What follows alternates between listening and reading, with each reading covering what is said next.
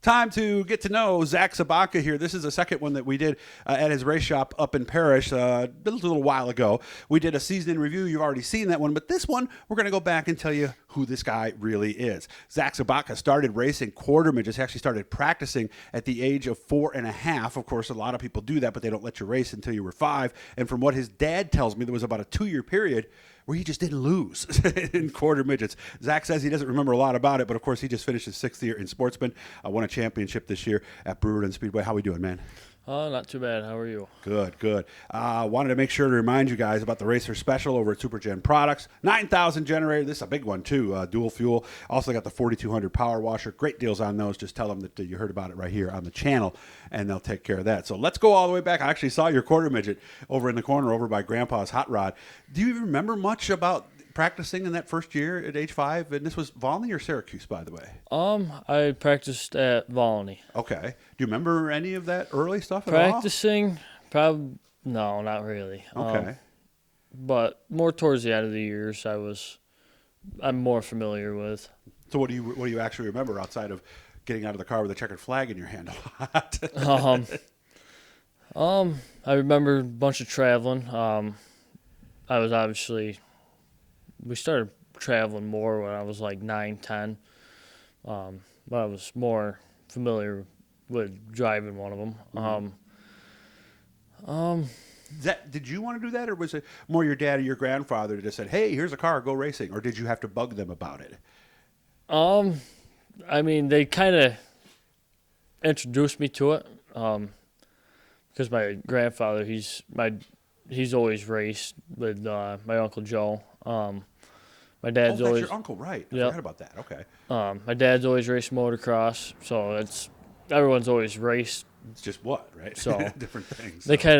My dad got hurt pretty bad on a dirt bike when he was racing, so he wanted me in a cage, and so that was kind of the earliest thing I could start in with a cage. So we're not going to do any go-karts then, in other words. We had to be in quarter midgets. No, my mother actually did not want me to be in a go-kart. Okay.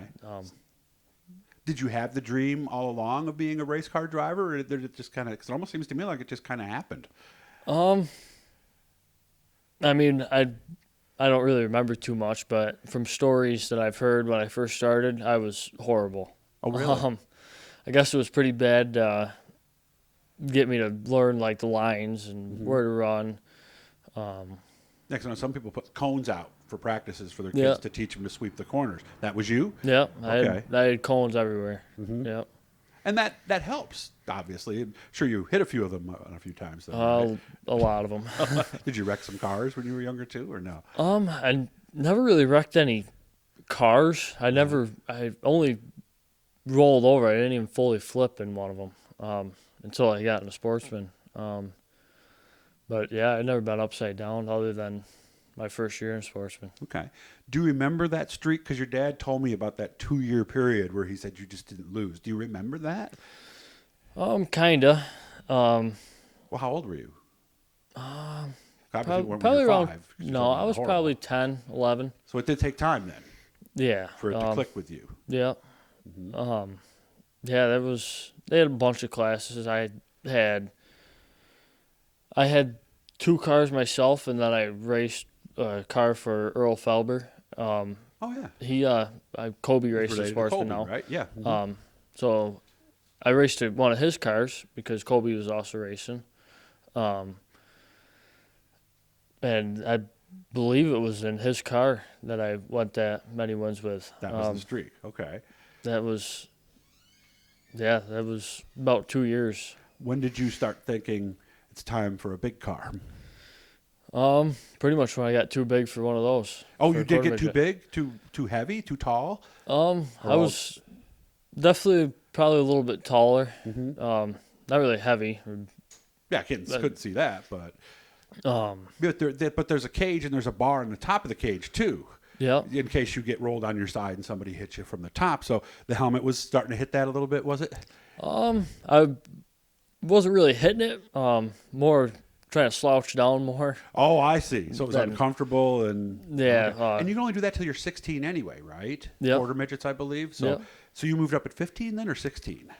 I got my first Sportsman at 14. Okay. Did we race it at 14? Yeah. Novice at Fulton, like a lot of people? Can-Am. Oh, Can-Am. Okay, because they have a novice division too. That must be a huge thing to have, and I'm sure that made it a big decision on where you ran. Because as a 14-year-old, what were you going to do? Go to Brewerton and race against all those guys, right? Yeah. Not at 14, you weren't. So, did you catch on at Can-Am quickly, or did they also take time like your quarter midget did? Oh, we ran Fulton quite a bit too. It definitely took a lot of time to get used to getting it sideways, going That's through true. the corner, because asphalt on a quarter midget, that's bad. you keep the car as straight as you can. I mean, you do want to keep these cars straight, but I mean, But there's sometimes the track's got some tack in it, and you got to throw it in there. So, all right. How long did it take you to win in the novice? I believe I had 3 wins my first year. Okay. At Can-Am. How did you know when it was time to move up? Or Pretty did they force you to? pretty much when they forced me to. Okay, so it was one of those deals. You've won too much. It's time to go up. Everybody tells me that's a huge jump when you go from the novice to racing with the guys who've been doing it maybe 20 years. But definitely a lot different.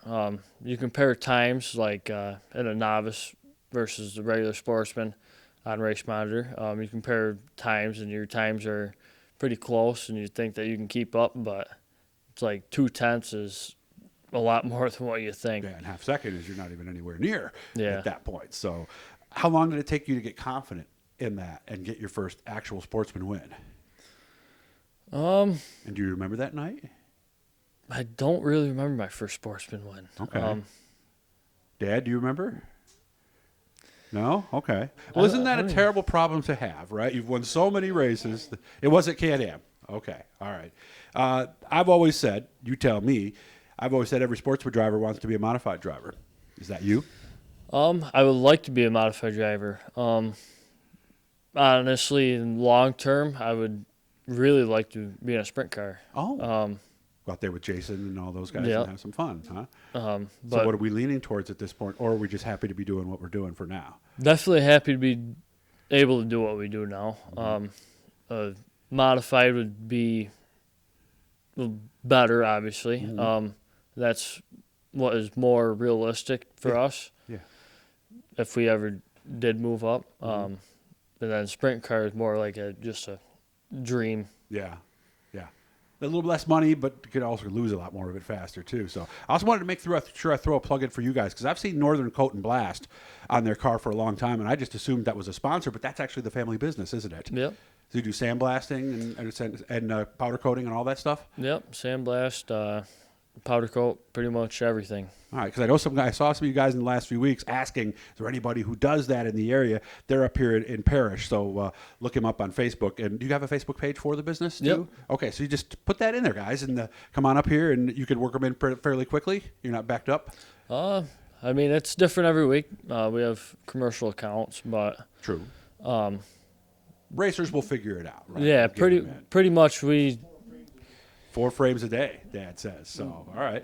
Well, hey, it's been great coming out here to see you. Guys, again, make sure to get a hold of Super Gen Products. Ask for the Racers deal. And if you're looking for something other than those 2 products that we mentioned, obviously they'll work with you on anything else. Just tell them that you come to the channel here and you check this stuff out. Hit the blue E. That'll subscribe. You hit the likes, the bells, the shares. You guys know all that YouTube stuff. Zach, so good to see you today, and nice to see where you guys get all the work done. And I'll see you at the track, and I'll see you at the Canandaigua Banquet. You going to the show, part show? Yep. All right, that is coming up 19th and 20th, by the way, in Syracuse, the annual Racers Auction and Trade Show. Good to see you, man. You take care of yourself. Thank you.